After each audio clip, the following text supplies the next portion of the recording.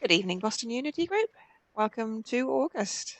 Yes, end of August. Tonight we are going to have a presentation by Michael Berthaud, who's going to be talking about working with an influencer. So we are looking forward to that muchly. We also have four JetBrains licenses to give away this month. So we're hoping that you guys are all up for participating in a little bit of a quiz at the end of the show to win a full copy of the JetBrains suite.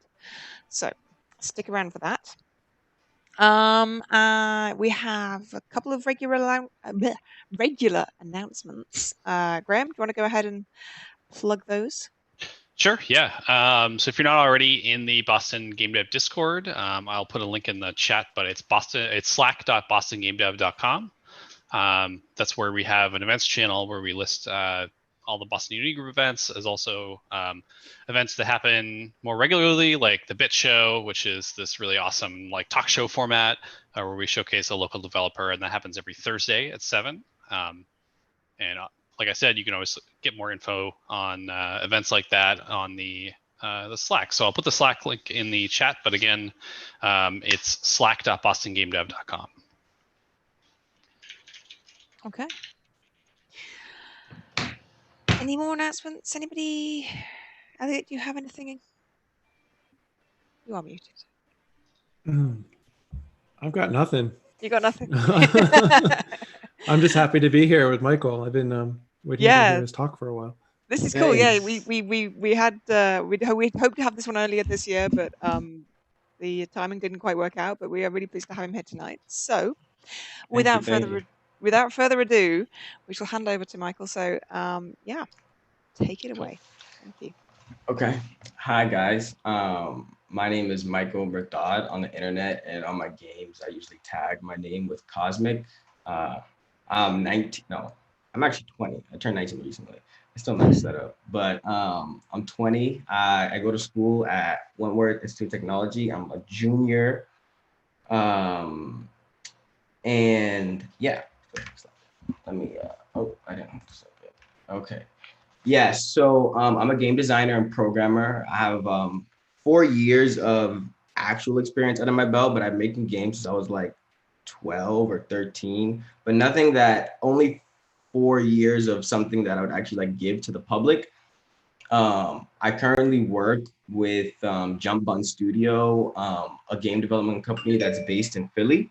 They are a game dev company as well as a animation company and website, and they make websites too. They're currently working with sorry about that.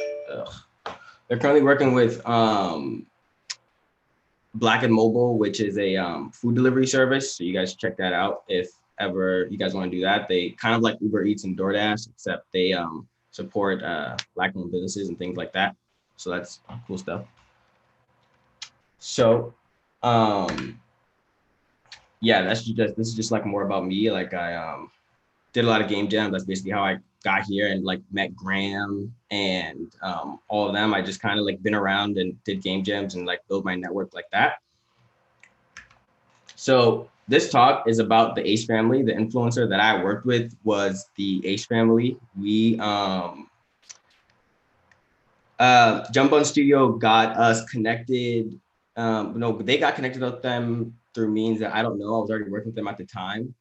But we made a game called Ace Play for them, which was a basketball game. Because if you don't know, the Ace family is a basketball, family-oriented like influencer. They make like YouTube videos and stuff. And so basically, we got the blessed opportunity to work with them and try to make like a game that was really an extension of their brand, which was kind of allowing their fans to be able to experience the Ace family when they weren't making YouTube videos, which was through this game. That was our goal. So they have 20 million that's 19 million subscribers on YouTube. And they post pretty frequently. I think once you get that big on YouTube, like the influencer think the influencer scene is really different. I could have titled this talk just like working with the client or any kind of client, but I think when you're working with an influencer, there are some certain differences, especially like in this modern era, that I think are so different that I would draw a line between a standard client and an influencer, especially one that knows nothing about games. So that is basically them. So when we met them, our task was to literally just make a basketball game that was literally, as I wrote here, as profitable as Fortnite and simple enough for the fans. Now, I wrote as profitable as Fortnite because that's what they said. And I think I think anyone that actually made games and knows that, like when you hear that, like it's so easy for you to like disregard whatever the person just said. Cause you're like, I don't think you even know what you just said or how long that's actually gonna take. And I also shown this little game pigeon game here. I don't know if you guys ever played it. It's like a little like messaging game.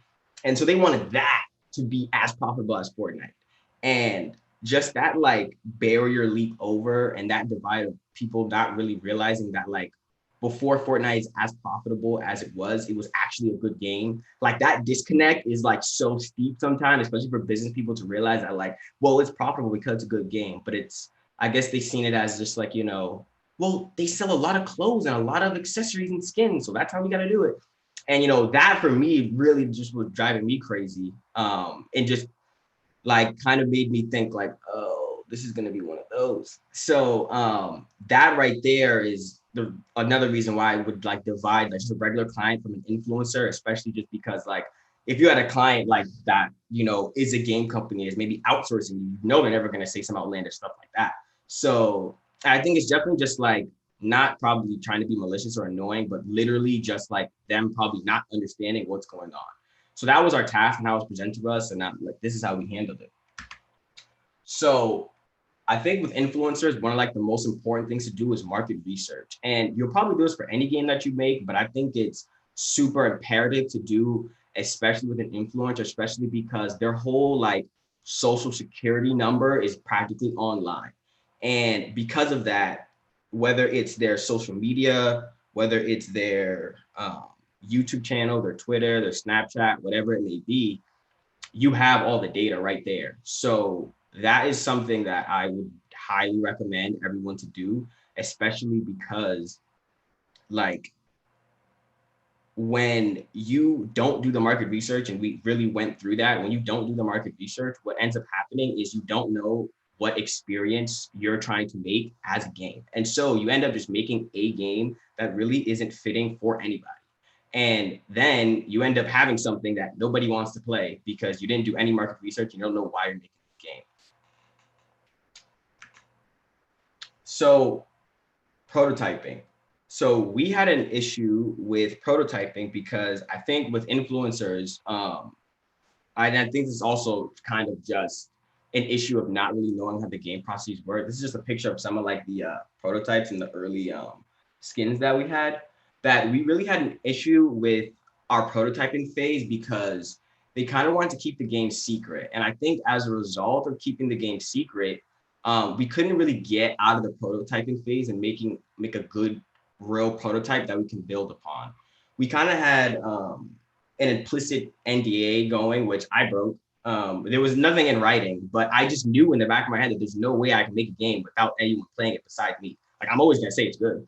So we had that issue, and they were really adamant on not wanting anyone to know about the game, especially because of their stature and social media. They thought that it would leak or whatever, but I said screw all that. So I would like, record people and do all that kind of stuff. But I think one of the issues with if anyone does end up working with an influencer is really just making sure that you understand, like before you even get into development, that like this game cannot happen if we cannot prototype. Because at the end of the day, like the development team, especially mine, the game that we are making we are not that demographic. Because I think their demographic was teen girls.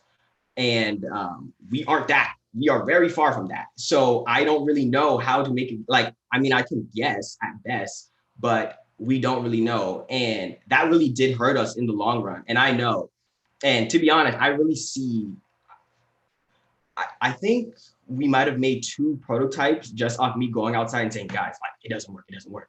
So I realized that, like, I think even like the game that's out right now, despite it like doing well numbers wise, it's a prototype because we never really got to test any other ideas, because whenever we would kind of like hand any leeway, like, oh yeah, we play tested it, it would be like really like what's the word, shunned and like frowned upon, which retrospectively now it would like you'd have to explain to them, but back then I was kind of just like, oh, okay. So prototyping is like so important. It's like failing before you even start if you don't do it. And so while we were prototyping, I think it's also important to keep business, because as they're big as they are, I think maybe it's a little bit of me being 20 and my naivety and being on social media, probably not like some of my teammates who are much older than I. I guess it's easy for you to think that like, well, I'm making a game for a big influencer. All I want to do is, after I'm done, make the game great, and then they'll shout me out, and it'll be world domination.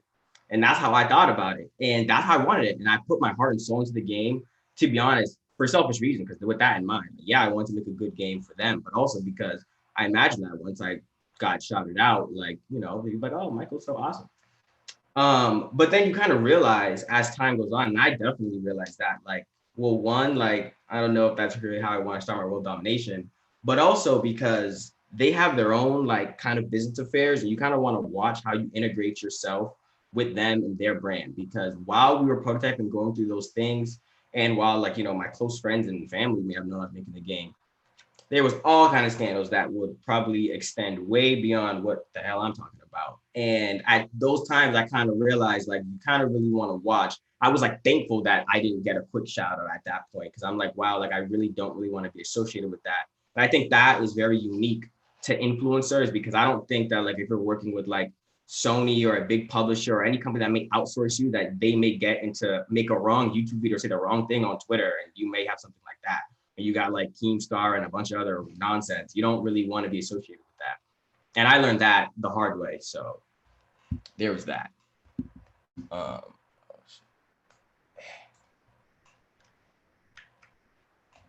don't know why. Yeah, I'd have to put this. I didn't want to put any words right here. Feature creeping. Just say no. Just say no. And I could probably have the whole talk right here. And I am so passionate about this, because this like really makes me want to like grab my keyboard and pull out every single keycap. Like when I tell you like the amount of feature creeping that I dealt with, we all dealt with. I can't even say I, like my entire team dealt with it, is enormous. And like it heart wrenches me just thinking about it now. I think it's definitely a product of, not understanding how long something takes when a game is made. But definitely feature creeping is such a big thing to educate your influencer on when they're doing it and how they're doing it.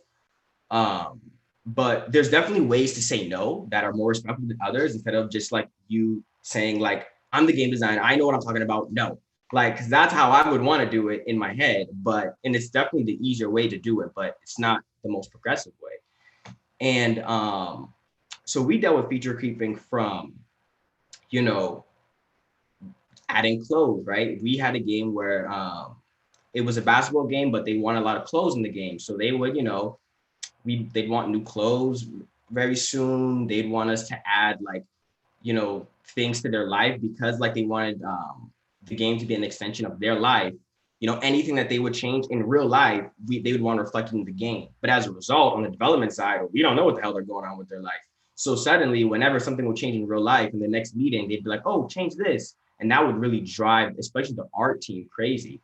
I think one big issue that we had with this was the wife of the ace scrambler, her name is Catherine, mid-development cycle, she got pregnant. Now, our character designer and our lead artist, he had drawn her character, and, we had a system, a very pragmatic, mechanical system to switch clothes that was, lined in the code. We thought everything was okay. And because she got pregnant, none of the sprites were going to line up anymore because they were all changed. So now we had to re-rig the character because she had a bump, and, things like that really like messed with our pipeline, stuff like that. And for them, I'm sure it's simple. She just got pregnant, whatever. But for us, we're like, oh my God, this is ridiculous. And those kind of feature creeping really killed us.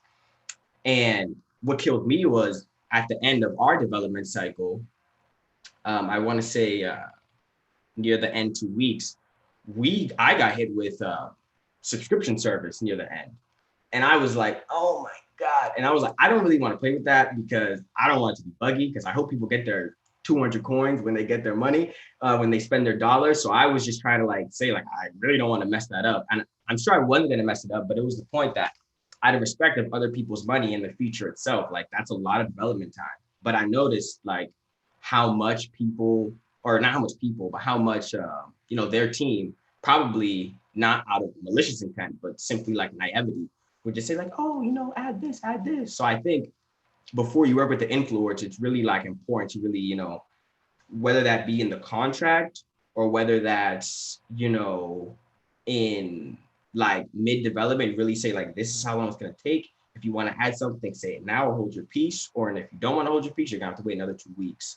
But definitely not like allowing them to run wild with feature creeping is something that really messed up my life. And I was just ridiculous. Keep in sync with them. Like I said, one difference between the standard client and influencer is like they live on social media. So you'll have stuff like this. And this really drew a wrench, not in the development cycle, but here is more of a psychological thing. And I would say morale. So right here, this is, I just quick Google search, you can find it. We can't keep the secret any longer. This is around when they did the announcement that the game was about to come out soon. I think it was like a 2-week announcement, and we didn't know. And because of that, when there was bugs or anything like that, the morale really got, because everyone's like, oh my God, the sprites are messed up, or oh, how am we gonna fix this bug? And it's that kind of thing that's like, we weren't ready for that kind of like mental boulder on our backs to be like, okay, they announced it, and suddenly we're like, what happened to keeping it secret? Like that's how we were before, because they weren't letting us prototype. So now we would rather have kept it secret all the way until release. And so that really like drew a wrench in our morale. Now, like we feel like we already having sleepless nights before, and now we feel like we had no choice but to have sleepless nights because they had already announced it. And that like is a real easy way to build distrust with the clients. And I think that distrust will emanate through the product you are making. From like, maybe features not really being as fleshed out and things like that. That could have easily has caused us to, thank God we made out of that, but that could have easily has caused us, if we weren't like kind of mature and cool and collected, to rush certain things and fix certain bugs half-ass and not, do all the edge cases, which would have caused more bugs in release. And this one needs no picture because I left this. I should have put this one first because you'll have a contract before you deal with any of these things. But I put this one last because it is so important to have this. And I don't even know what to say at this point to this, because like, I think one thing that I think is so important is to kind of disconnect yourself from the work. I think indie games are really something that are more handcrafted and not really manufactured. And because of that, it's really easy for, especially me and my team, to really grow attached to the work. And you want it to be good. You really want it to be good because this is yours. And there's not that many of us on it. So all of our parts on the game are really, we feel it and really have a sentimental value to every aspect of the game because we know all the ins and outs. But forget all that. It doesn't matter if you don't have a good contract. None of it matters. You're still the game out because it is not worth the monetary debt that you can come into with like putting your heart and soul into it and then not, receiving the amount of soul versus monetary benefits. It's not worth like the time, because I think the feature creeping, we definitely could have solved that with like a better contract and more like firm contract that would have solved those issues, or maybe make another contract that wasn't with feature creeping. Or even like, I realized this even afterwards of like, when we were dealing with the feature creep, something as simple as, instead of saying no or trying to get into like any, not that we like debate or anything like that, or like argue, but saying something like, okay, when you realize something is feature creep, you say something like, okay, what are you trying to solve by adding that? Because it's really easy to say like, no, that's ridiculous. And it's gonna take me like 3 days to code it and 2 weeks to test. But they say, what are you trying to solve by adding that? I think that really can fix a relationship that may already be broken with you and the client, in the influencer in this case, because I think a lot of times, especially because they're the ones paying for the game, that they kind of want to feel a part of it. And if you just say no, no, no, they're going to really impose themselves on you and be like, I want this, I'm paying you, just do this. So I think by saying something like, you know, what are you trying to solve, by adding that, when you know it's feature creepy, you can kind of get around that. Because otherwise, like, you're just gonna wish to God I had a better contract, because I don't know how I'm in a situation where I have to make all these things, because that's what happened to me. And so yeah. Yeah. Oh, how did I forget this one? Don't guess if you will get a shout out. So I said this earlier in the stream, but don't guess if you'll get a shout out. And like a client, like, you know, like any kind of publisher or someone that's outsourcing you or something, may shout you out just, you know, out of the gracious of their heart, because I don't think the game community like really cares that much about those kind of things. Like, I think we just kind of will do those kind of things. But I remember here, I thought it was implicit, like, you're an influencer, you're a social media voice, you're just gonna shout us out when you fix the game. Like, I didn't think I didn't think much of it. I thought that was within nature.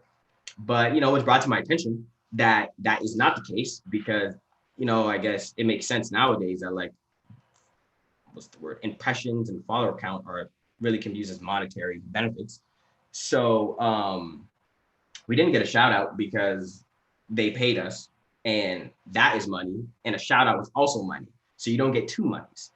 And that was just like, not mind blowing. Like, I understood it, but I was just like, really? Like, that is ridiculous. And it was that moment when I was just like, well, like, that is a pretty asshole move, if you ask me personally. But I should have had a better contract, and I wouldn't have had these problems. Because if I wrote that in the contract, either you said no up front and I wouldn't even be here, or like you would have had to have done it because it's in the contract. So it's things like that that I just realized, and I hope anyone that makes a game with an influencer realizes, because I think it's more important than ever to have a really, really solid contract with someone that knows nothing about games, because there's a lot of things that they'll probably do that you're like, well, why would you do that? Like, if it was anyone else that knows anything about games, they wouldn't do that. Like, you're run to like more like gray areas. And yeah, that's really it. And yeah, right now, JumpButton Studio is working on a bunch of other games like in-house right now. And I got the lucky opportunity to, after Ace Play, have my own team within JumpButton Studio. We call it Cosmic Experience, and we make games in-house.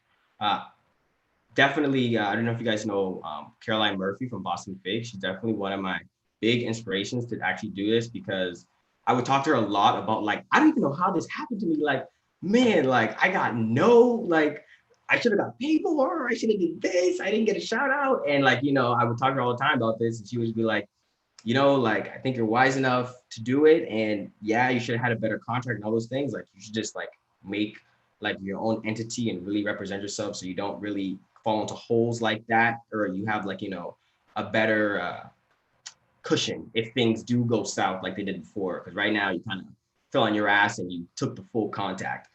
So yeah, so we made Cosmic Experience, and we're working directly with JumpButton Studio. We're like this, two peas in a pod. And yeah, we're making games right now. We're actually looking for any designer or artist that would want to work with the company right now. We're working on new projects right now. So if anybody want to work with them, that'd be dandy. And yeah, that's all I have. That's it.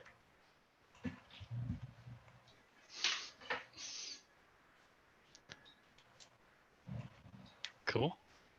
I think we could probably take some questions. I don't actually have the Twitch open, so let me open it. I forgot to do that.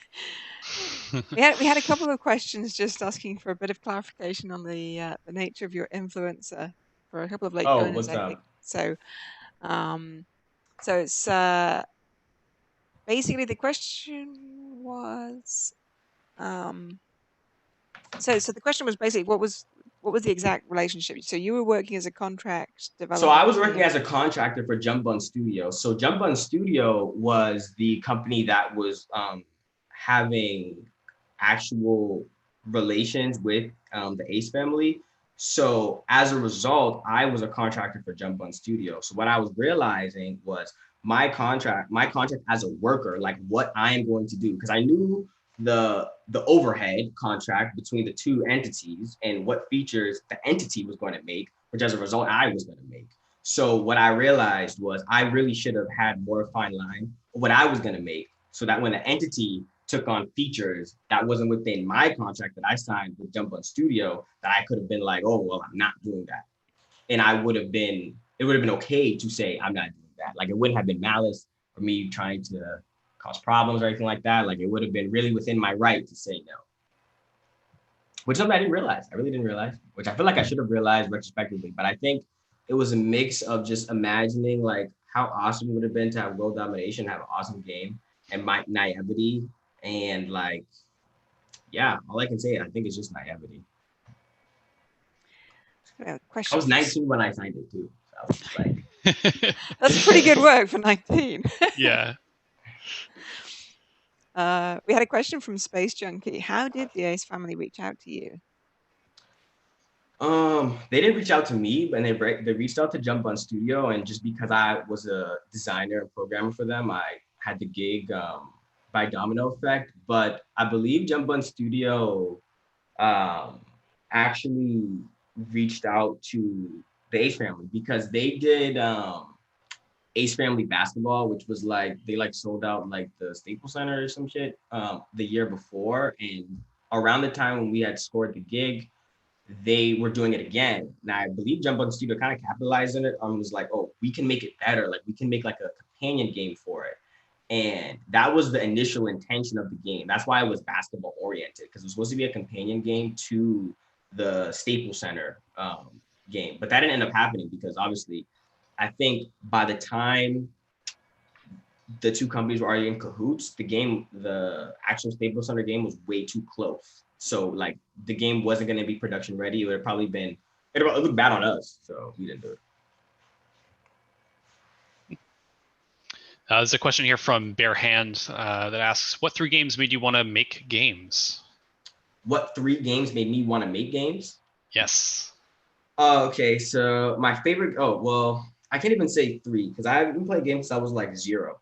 So I think my game that really made me want to make games was Xenogears. It's a Squaresoft game. It was made at the same time Final Fantasy VII was. I think it's the best game ever made because, I'm a JRPG junkie for sure, but I like Xenogears really because I don't think I've ever played a game that struck me with such fantastic writing and so compelling. I mean, and as a little kid, the graphics look like how Call of Duty looks right now. But like even so, I think just having a story that compelling and realizing that like another human being can create an experience for me that is not only interactive but is heart-wrenching, and it dealt with themes from mental illnesses to a lot of like Plato and Aristotle philosophies that I like study on my own. I think like seeing someone interweave those with an interactive experience was so fantastic to me, and seeing someone do it at that fashion was just mind-blowing. That I think it was that day when I played it that I was like, I want to make stuff like that. But there's a bunch of other games that also I like, but I think that was the game that made me like, that is my standard for like, I want to write something that can like shake someone's world like that, because that game shook my world. That's awesome. That's like a game that not many people, like I certainly haven't heard of it, but it's definitely not on like the list of everyone's like Half-Life 2, No. Easy answers to that question. So that's super cool. So check that out. It's a really good game. Like I don't think I've ever played a game with a better story than that. Like I still play it like I think I probably like played every 2 years. Wow. Cool. All right. That's a good one. Now I have a question here from Dinosaurs. Chris, good to see you. How did you get connected to JumpButton? Oh, that's an interesting story. So when I was in high school, I was doing a lot of game jams back when like I didn't really have time. I went to Boston Latin School, which is pretty rigorous, so I didn't really have time to do anything like ace play. It would have been impossible. I would have got all Fs. So I was just all I had time for was game jams, and I lucked out at one point. I was working on this prototype for this other game that I never ended up completing, but I ended up taking that prototype to GDOC in New York City, which is the Game Developers Conference. So I went over there, I traveled to New York, and I met one of their composers, Calvert Warner. You might know him on Twitter for Escamatus. So I met him and I showed him the prototype, and I was 16. Yeah, I was 16. And I showed him, and I guess he liked it. And maybe I was just like young and had a lot of enthusiasm and energy for the stuff that I made. And we connected like that. And then later on, and he's like way older than me, way better than me, way more experienced than me. Like, and I don't know where I got that ego from. Maybe an angel touched me or something. And then afterwards, I ended up, I think I was doing another game jam after, and I started the game jam late. And because I had met Cal, it was like 6 months later. I started the game jam late, and I DM'd him on Instagram, and I was like, "Yo, do you want to do a game jam with me?" And he said yes. And we did the game jam, and I choked. I did so bad during that game jam, and I did really, really bad. That's the worst game jam I ever did, and I was so heartbroken that I went back and I fixed it. I fixed it, and then I sent it back to him like, "Hey, I'm really sorry that had to go on your itch, and here it is." And I guess he liked my ambition and my work ethic, and then he connected me with JumpButton Studio, which was the best choice they ever made. Because now look, but yeah, that's how that That's happened. the best story. Nice. Yeah. That's awesome. We had a question from John. Johnny, you, Kami? How much of the success of the game, download numbers, was directly related to having an influencer involved in the overall marketing? 100%, because they didn't announce the game like at any time before development. Like no one knew the game existed until launch. So if it was JumpButton Studio that announced, the game would have no numbers. So like with that in mind, it was 100%. But I think there's like a lot of problems with that, right? Because I think I went to the numbers are inflated per se. Like those are the real numbers and those are like real. But at the same time, I think when you launch like that, you have an issue of like having that real big spike and that drop, right? Because it's like, oh, they launched the game. So now you just like, you have these numbers because of peak interest, but not because people wanted the game to come out, which is very different from like, if you have those numbers and have the beta test, because now like, oh, you know, people are coming because they want to play the game and they intend to keep it on their phone.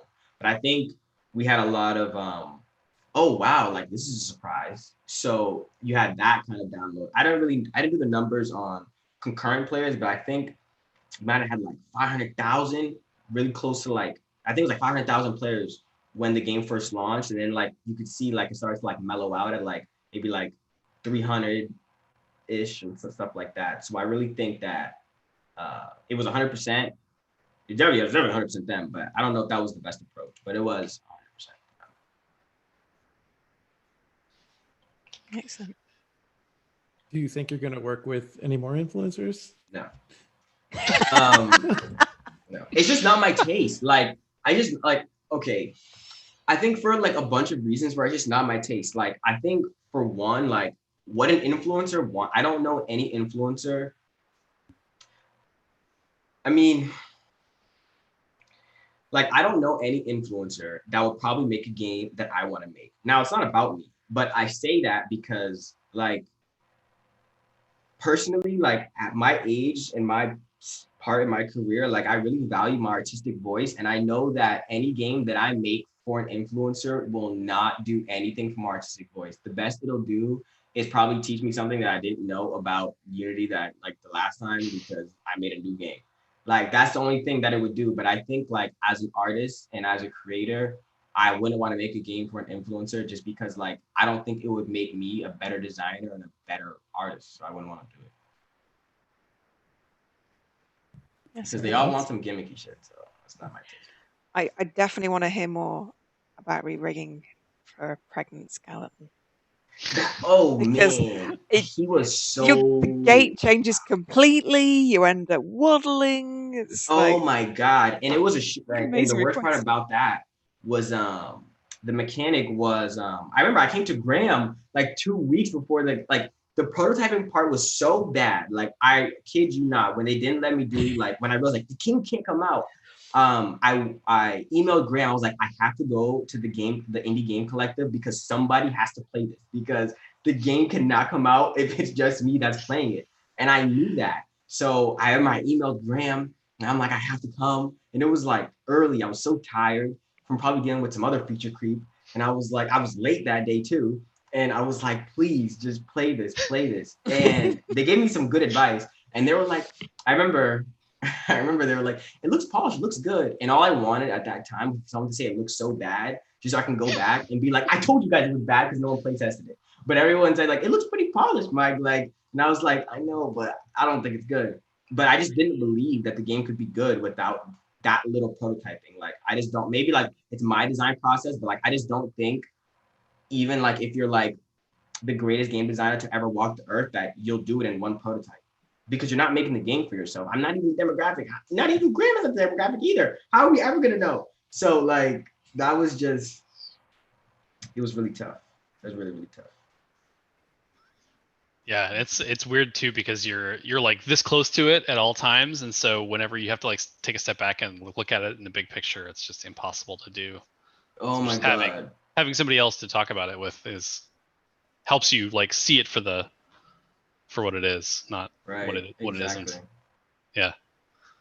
Yeah, I've worked on a lot of games for advertising and stuff like that in the past. I don't really do that anymore, but we always insisted on people playtesting, and maybe the way to get a client, an influencer, someone to do that is to have some sort of NDA that testers can sign or something like that. Because you are lucky that you were as successful as you were not playtesting that thing. It's a testament to you. Yeah, I mean, I am lucky, but I feel like the game just like, I mean, it's a toy at best, because I don't think that the game is like, the game is good, but it can be a lot better because with more playtesting. I could really consider it like a toy more than a game, because I feel like the rule set and the mechanics around it is just like, it couldn't have been that good without playtesting. So I really consider it a toy at best.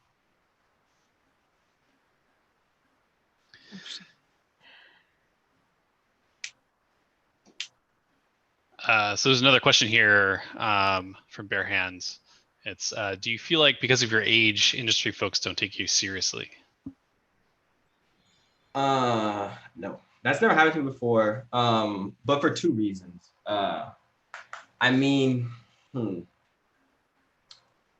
let's see. I haven't ran into that experience yet personally, and I never really had that feeling of, oh, like I'm the youngest in the room, so I have to prove myself. Like, I don't really care, because I know like when it comes to me hitting the keyboard, I can produce. So I never really thought of it like that. But I do know that like I mean, I'm sure like on paper, it may look peculiar when I put like my date of birth and it says 2000, but like, I don't think that's ever happened to me before, because I make stuff. I don't think anyone really cares for as long as you make stuff. Because like, I mean, when I like got into JumpButton Studio, like I was 17, so. Let's see where it responds. When you said you were born in 2000, you just made me realize that I have a daughter your age, and now I'm old. Thanks, Michael. Oh my goodness. But like, yeah, I don't really think anybody really cares that much, because I feel like if I like, at 15 made Undertale. Like, would anyone care how old I was? So I think if anything, people would feel worse about themselves because they're like, oh man, look at Michael's like showing me up and he's 19. It's like, holy shit. Well, I think comparison is like the best way to make you feel bad, right? Because like people may think about that to me, but I look at other game designers that I look up to and I'm like, he's 23. Oh my God, like I have to hurry up. So like I think like that is just toxic for like your own development. I try not to do that, but I'd be lying to say if I don't do that. I do that a lot. Yeah, that's 100% the right attitude to have. I envy how well you have that sorted. I'm still working on that. Oh yeah, me too. I'm just saying it in a good manner, but don't worry. In my actual head, it's a lot more complicated. Awesome. Do we have any last questions from the audience? There's one of someone wants to know where they can follow Michael on social media. My @ handle is @realcosmic. That's REALC. Oh, the same cosmic that you see on the screen right here. Oh, yeah, the same cosmic you see on the screen right here. COSMIK. With a real, so real cosmic. That's like my handles everywhere. So you'll find like anything that I put into the universe under that. Sweet. But yeah, I hope anyone that watches this recording or is watching this right now, that you have a good team behind you or a good legal document behind you at the very least. Or both, preferably. Or yeah, preferably both. Preferably both. Awesome. And I just want to say this also. Like the indie game collective, I really have to use that more. Like the next game that I make, I don't know how many times you can go, but I am going to be there a lot because I realize like the amount of like the knowledge can never be enough. And I remember like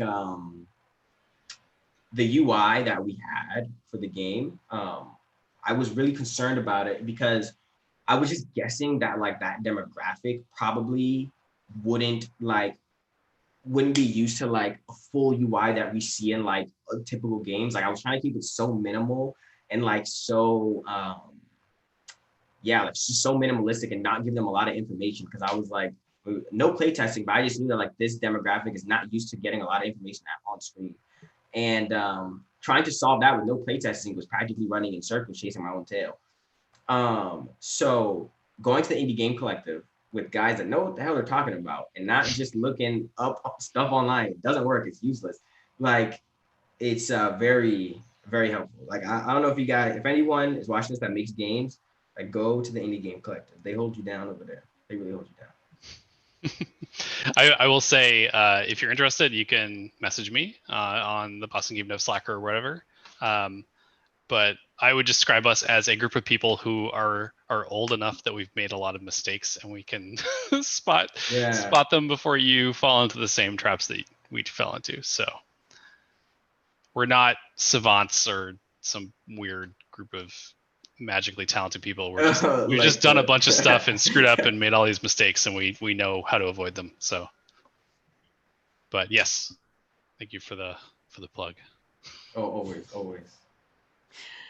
Oh yes, development is all about making mistakes and learning. Absolutely. Okay. All right. Well, we we do have some JetBrains licenses to give away today. And tonight we're going to give them away to a lucky winner. We have 2 licenses to give away to you guys now. So the first license will be if you can answer a quiz question with a dev focus. We're going to have a dev question, and the second question will be an art question. So we'll have 2 licenses to give away to give you a decent chance of winning. So first question is the developer question. What is called first? Is it awake or start? Oh. Don't tell them the answers.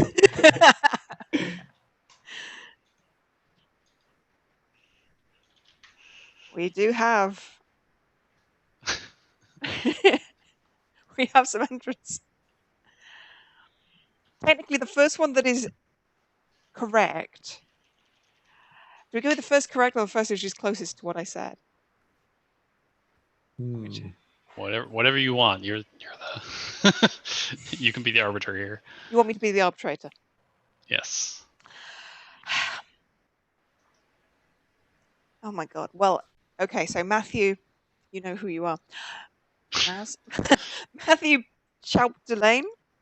I'll say that you won this one. Apologies to Zapdot. You were the first one to reply with awake, or wake as you called it. I mean, whatever. It could be woke, awake, but I'll let you have that one. So thank you very much. Congratulations. Can you please message us, whisper to us on our Twitch right now, and I'll get your handle, and we can have your email address, and Graham will contact you with the license key. Can you imagine if Unity had awoke? Awoke.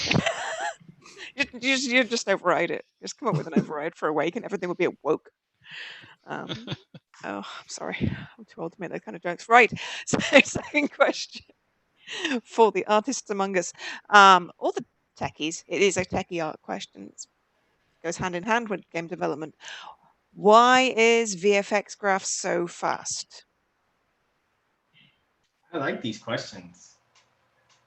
Spent hours working on them. 2 minutes before we started. Hours working on them. Yeah.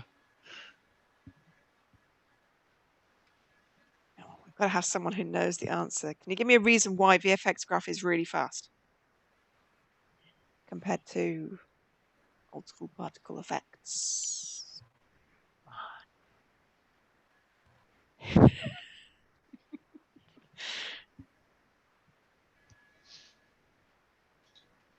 You are allowed to enter this one as well as the other one.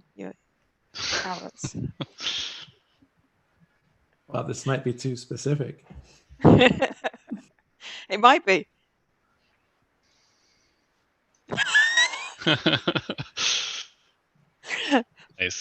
Nice. Good answer. Not the right answer.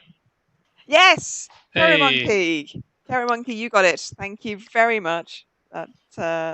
Please whisper to us. We will send you a copy of the license key if we can provide us with your email address. I don't see any messages. All right, well, I can see you both in here. I'll see if I can message to you.